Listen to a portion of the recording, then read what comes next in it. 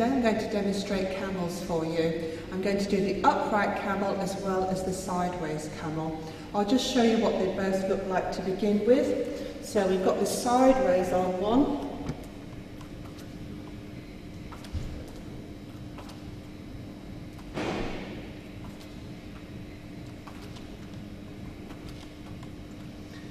And now the upright one.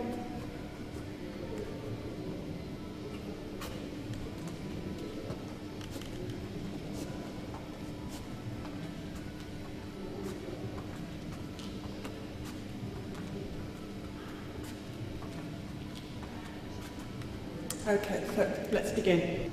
Okay, so let's start with breaking down the sideways on camel. And if you've seen the clip of the vertical 8, you'll see that it's very similar. We're just maybe doing it on one side. So, first of all, I'm going to demonstrate what's happening with the feet. You're going to have one heel up and one foot flat, okay? The hip you're using, so in this case I'm going to start off using my left hip, you're going to walk towards the right. So whichever hip you're using, think of the opposite side. So push off with the heel high on the same hip you're using. So the feet are just that. 3, 4. Then swap. 1, 2, 3, 4. 1, 2, 3, 4. 1, 2, 3, 4. So now we'll put the hip into it. So heel up. We're going to just drop the hip, slide, lift up and into the body. Do that again. Drop the hip, slide along, up and into the body. So the important part here is when you drop the hip and you slide, that it is a straight line. The hip's not going up, the hip's not going down. Drop, along, up and in. When your hip gets to the top, that's when you take your step. But of course it has to all be fluent. Joining up the dots, down, along, up and in. Down, along, up and in. Down, along, up and in, over. Down, along, up and in, over. And 3 and 4. And then you're just going to transfer the weight now. Push down on the ball of the right foot. Push your hip out, up and in as you raise the heel. 2, 3, 4. And change. 2, 3, and 4. And change. 2, 3, and 4. 1, 2, 3. And then it's quite nice to go into that vertical 8 because it blends so well. Okay, so now for the breakdown of the upright camel. So again, this is a move where there's a few things going on.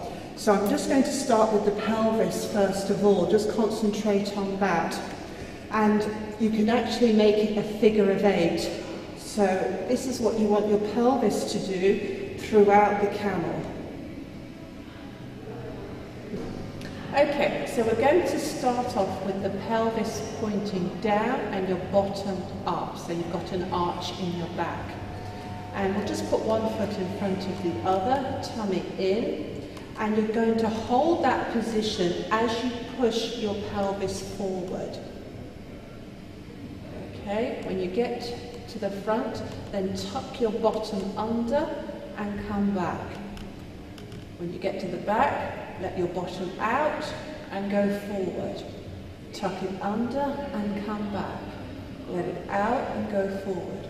Now when you're moving along, your pelvis will fight with you the whole way and will try to switch and just drop down. So you have to use your brain in this as well, because you have to think, where is the pelvis? So let your bottom up to go forward. Just keep it up until you've got to the end. Tuck it under, come back.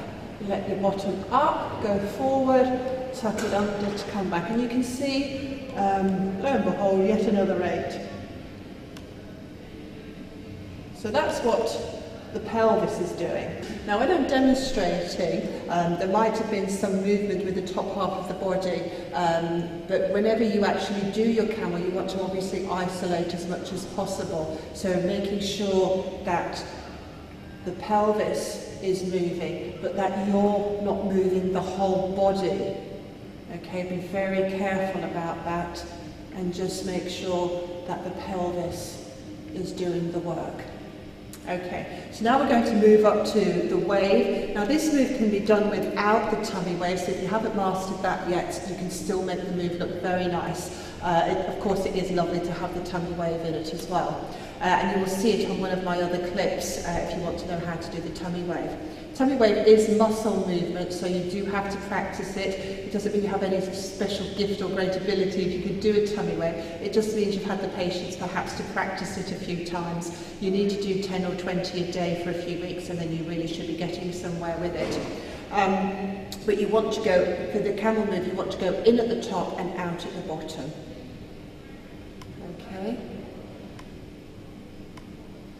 So then the next thing we want to look at is what is happening with the feet. It has to be done on the balls of the feet, so your heels are up. What also looks nice is to just drop the heel and then lift up, drop the heel and then lift up. You can of course do it with the heels both up all the time, or you can drop and up, drop and up, drop and up, drop and up. One other thing to bear in mind with this is that you can also use the rib cage. I don't use it really very much because I think it's a little bit too much, but if you wanted to use the rib cage in the move, it would be forwards, up, back, down, forwards, up, back, down. So then if you join up the dots, smooth it out, go in at the top. So there's a lot going on there. Forwards, up, back, down.